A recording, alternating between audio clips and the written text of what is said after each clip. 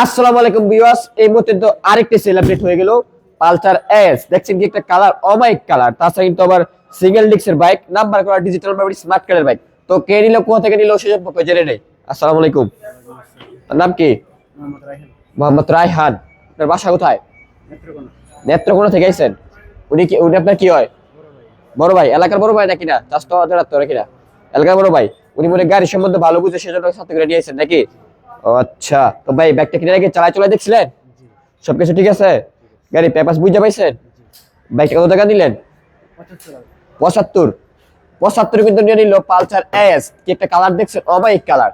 তো বাইরের জন্য সকলে দোয়া করবেন, তিনি তার গন্তব্যস্থলে সুন্দরভাবে পৌঁছাতে পারে।